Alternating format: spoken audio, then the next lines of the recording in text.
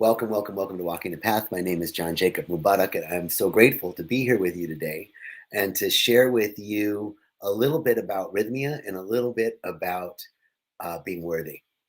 So, thank you. Welcome, welcome, welcome. So glad you all are here. Brother Jake, great to see you. Wow, Reverend Julie, Soul Releaser, welcome, welcome. So grateful. So, a really brief little bit about rhythmia. I always like to start with rhythmia to let you know what's going on here every week. It's truly amazing. What happens each week is a soul merger. People see some aspect of themselves that they need to unlearn, something that they need to unbecome.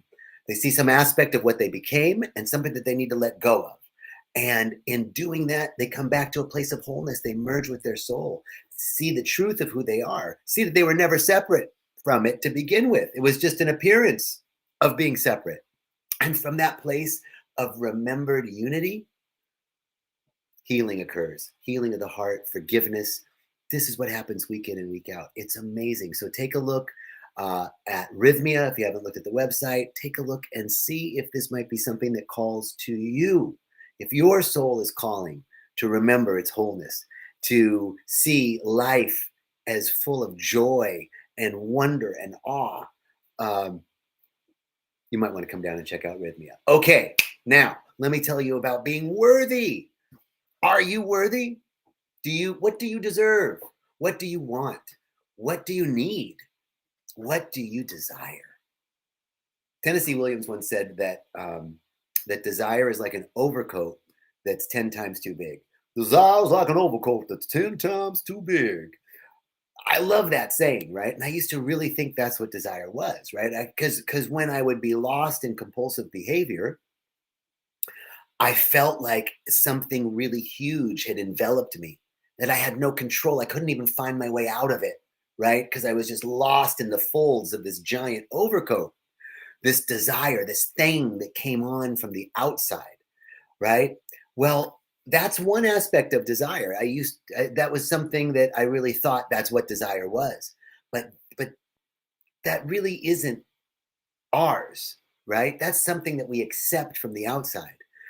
We pick up these external desires, these overcoats, from our family, from our friends, from our religious organizations, from our government, from um, our communities. We accept them freely, and most especially from the highly evolved and highly refined media marketing data collecting complex that seems to know, what titillates us before we do, right? But there's another aspect of desire, a true and good desire. That's something that you have it. I know I've had it. I've heard that. People call it the still small voice. It's neither still nor small. It's been yelling at us the whole time. I was just ignoring it for a long time, right? So there's something that we know. You know what you've always wanted to do. You know what calls to your heart. You know that thing that ever since you were little, there was something in you that really loved this idea. But we tend to dismiss those things because we get lost in the how, right? But the truth is, those things that you like just because you like them, those things that you like, even though they don't make sense why you like them, it's kind of like I like chocolate because I like chocolate, right? I like Rocky Road because I like Rocky Road. Why? Because I like it. I don't know. I just like it. I mean, I can talk about the marshmallows and all that stuff, but I don't know. I just like it. I do. There's stuff that you just like. That's a true and good desire of God. That's a true and good desire that's been encoded within us from time immemorial, outside of time. These true and good desires are our soul's desiring. And have we been answering the call of our soul? That's the question. Have we been answering the call of our soul? Typically, when I'm not hearing or giving obedience to that voice of intuition that's always speaking to me because I'm filled with doubt or fear or worry, when I'm acting out of alignment with this voice, things feel off. Why do I not hear the call and act? That's been the question. Why I hear it. Why am I not hearing the call and acting? It usually comes back to a sense of not being worthy. Am I worthy? Am I enough? Can I do it? Is it possible? That's not me. All that doubt, all that self-criticism, self-recrimination. The truth is, that we're worthy, right? We can tell each other that all we want until we embody that truth that we actually do deserve all the good things that are happening to us. In fact, by right of consciousness, we deserve. This is the truth. By the fact that we exist at all, we deserve. You deserve. By fact that you exist, by fact that you have a self-reflexive consciousness, you can you can look inward and think about yourself.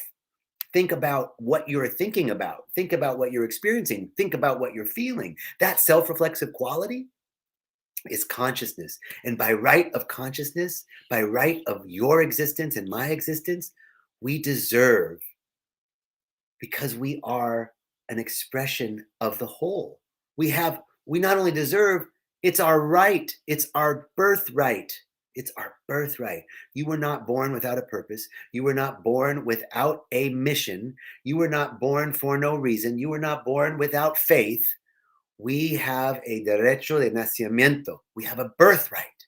And that birthright is to accept our truth, that we're one with the source of all of life. We're one. We can't be separate from this field of goodness, from this field of love, from this field of abundance, from this unified field. Quantum physics talks to us about the unified field. We can't be separate from that, from which we emerged. We came from that field. We are one with that field. And as we emerge from it, we contain all of the qualities and quantities of it.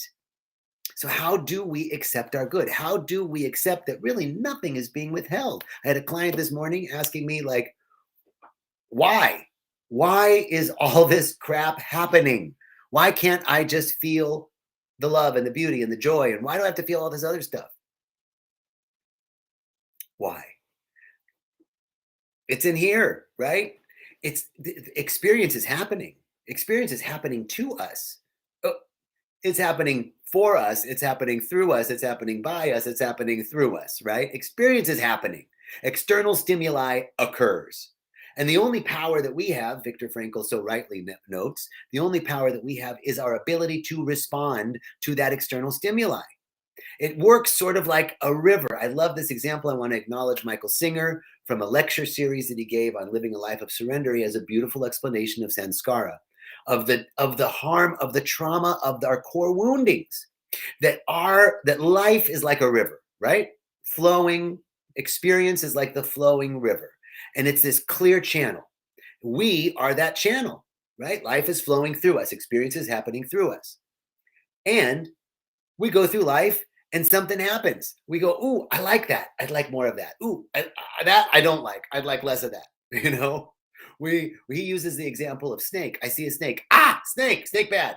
And then you're walking down the street and you've got the impression of snake in your mind and you see a rope. Ah, rope, snake, similar. Ah, right? Not the same, but triggers the same reaction. And then you see a stick, rope, snake. Ah, bad. Less rope, less stick, less snake. But then you're over here and a butterfly lands on you and you go, oh, butterfly, nice. I'd like more butterfly. More butterfly, less snake. This was Michael Singer's example, which I really liked. So we go through, and every time we have this experience of trauma, something bad happens, it's like putting a rock in the riverbed. What happens if you put a boulder in the middle of the river? The water hits it, goes around it, it splashes. There's a disturbance in the flow. There might be an eddy that's caused over here. There might be a rapid over here. But the more rocks we get in the river, the more disturbances. Life's going to flow. Life's flowing. The river's flowing around all the stuff. But our traumas, our stories, our core woundings, not that they're unimportant, not that they're not significant, they're happening for a reason.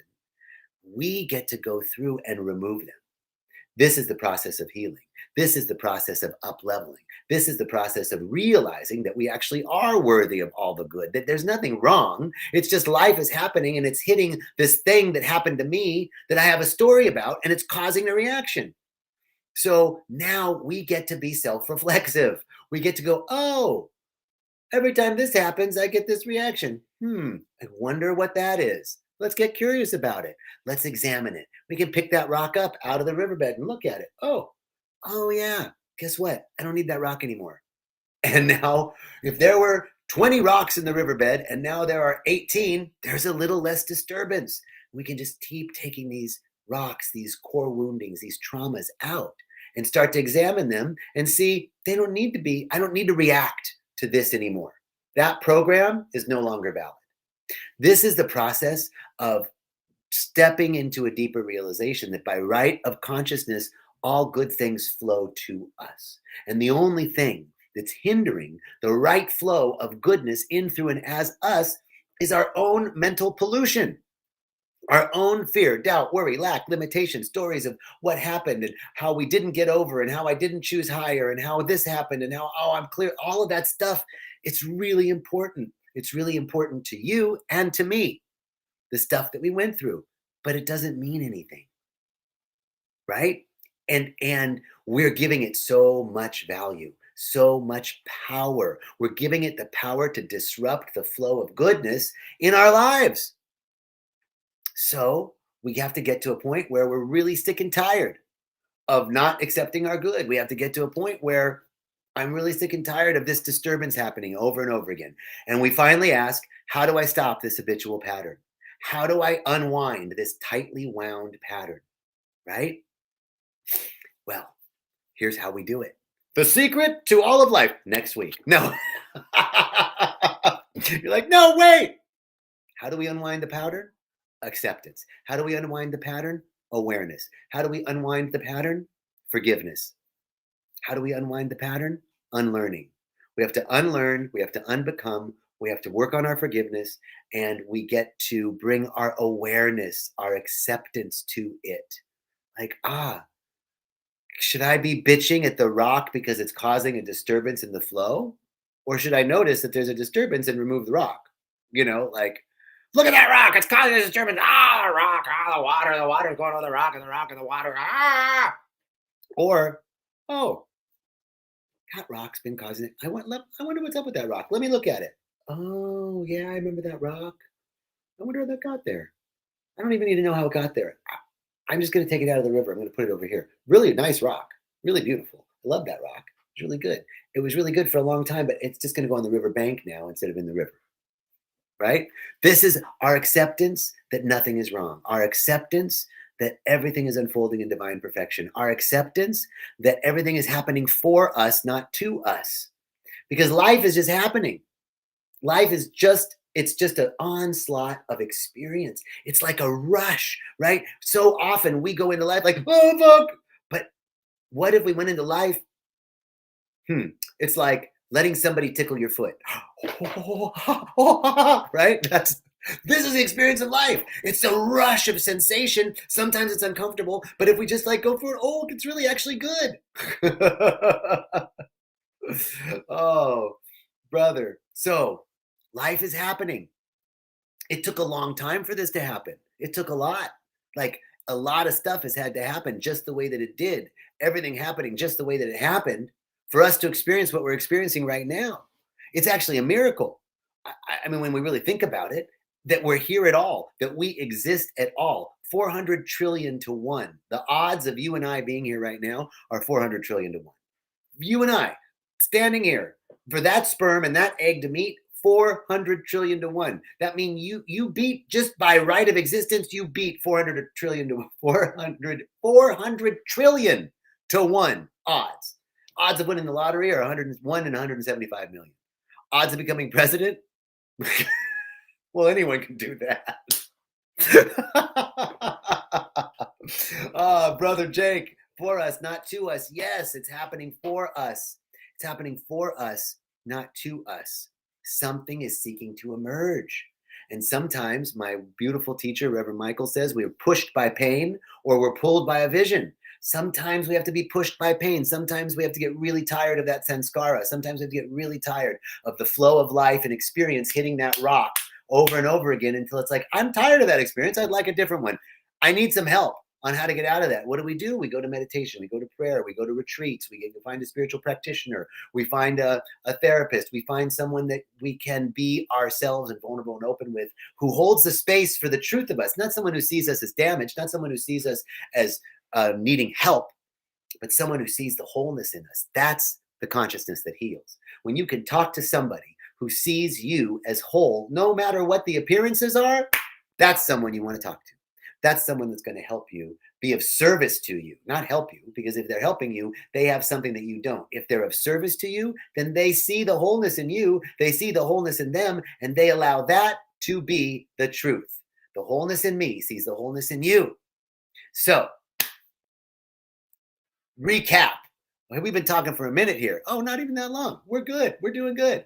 So, how is it? How is it that we are just by right of consciousness that we deserve? How is it that simply because we exist, we deserve all the good that there is? And why is it that that stuff is being blocked from us?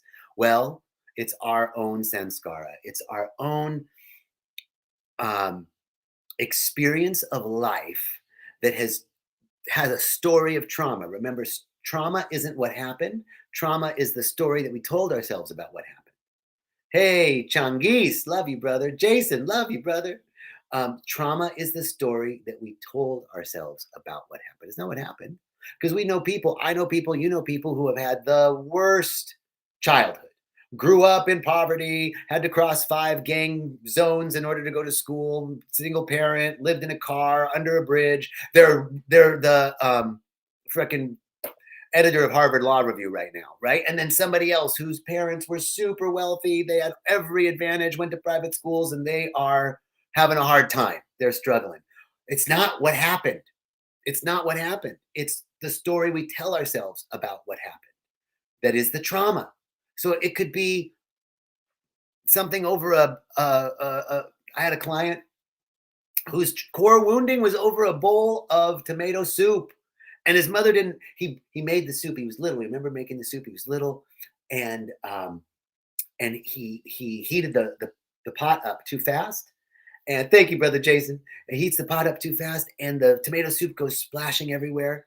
He was home alone. His mom comes home and she sees the mess. She doesn't beat the crap out of him because he, made a mess in the kitchen. She goes, "Oh, honey, let me show you. Let me show you how to do this, how to cook the soup." But for him, he was so embarrassed. He did something wrong. And as a child, he encoded that experience as a core wounding, as I'm wrong. I just can't do anything right. Right? As an adult, he knows not that's not the truth. As an adult, he knows the truth that he's perfectly capable. He knows that all consciously, but there was this deep unconscious pattern that we had to discover together of embarrassment and not doing it right. I'm wrong. I'm doing it wrong. And that was the shame that he pushed down. Who he projected out was the guy who did everything right. He had to be perfect, right? Very successful physician, all of this stuff, right? All of the ways that he had to be successful in order to disprove this fundamental rock bottom belief that he's embarrassing and he's not wrong. He's embarrassing and he's wrong and he's not doing it right. That fundamental belief drove him to great heights. But at 60, he's still sad. So this is where we get to see the beauty of everything that's happened to us. It drives us to great heights, but fundamentally underneath is this neediness, this clinginess, this wanting, this needing, this I'm not enoughness, and people feel that. All we must do is acknowledge the not enoughness, because who we are, what that drove us to, a lot of times is really amazing. Really good, successful, amazing person. But there's still this thing underneath that's clingy, this thing underneath that's I'm not enough, I need more, I need more, I need more.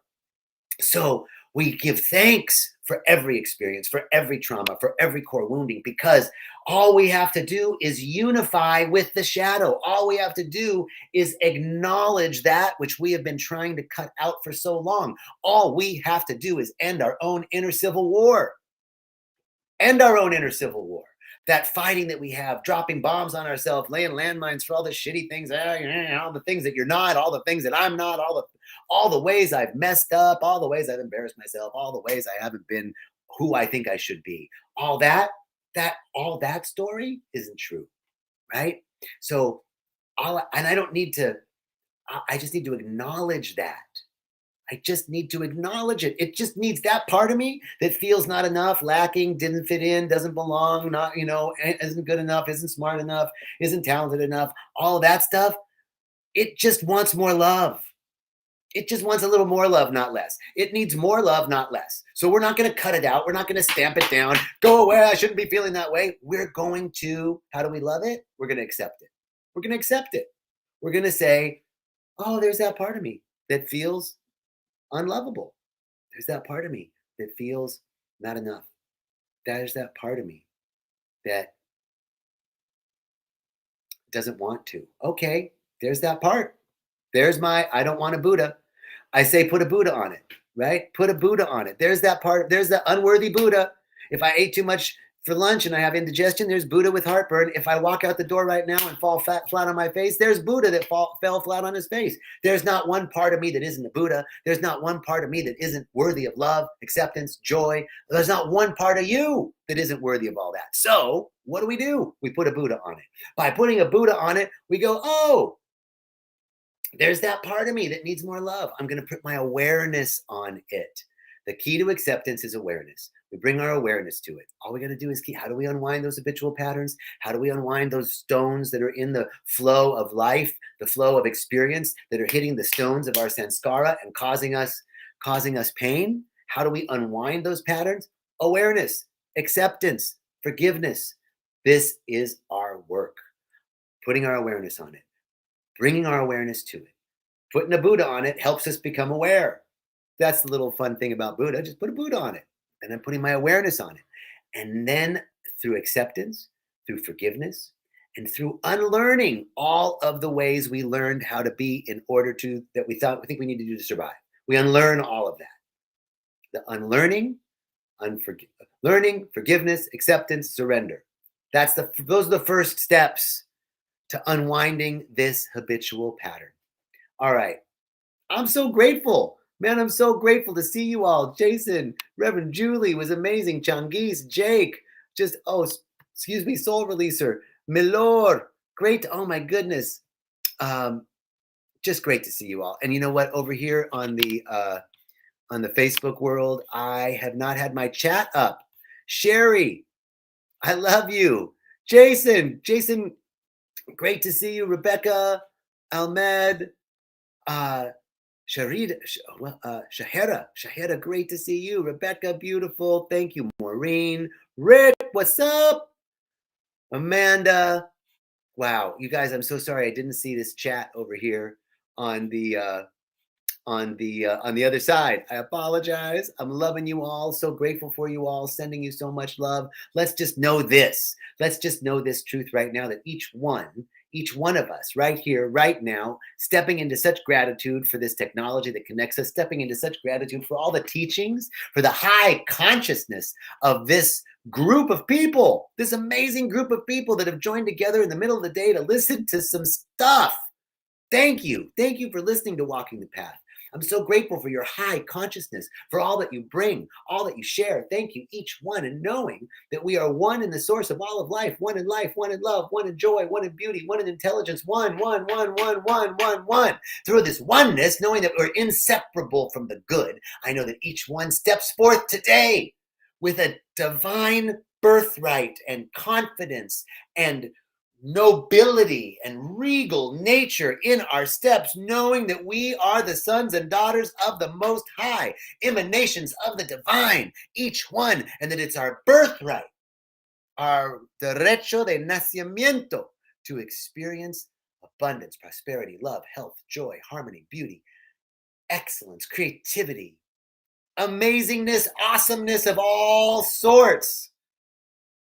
Each one. So I'm knowing this truth. I'm so grateful to speak this word. I'm so grateful to see each one and myself as whole. Nothing wrong. Not one thing wrong. Everything working together for good. All needs met. How good it is. How good it is. How good it is. Thank you. Thank you. Thank you. Thank you. Thank you. Thank you. Thank you. Thank you. Thank you. Thank you. Thank you. So it is. Amen. Aho. Hashe. Hayaya.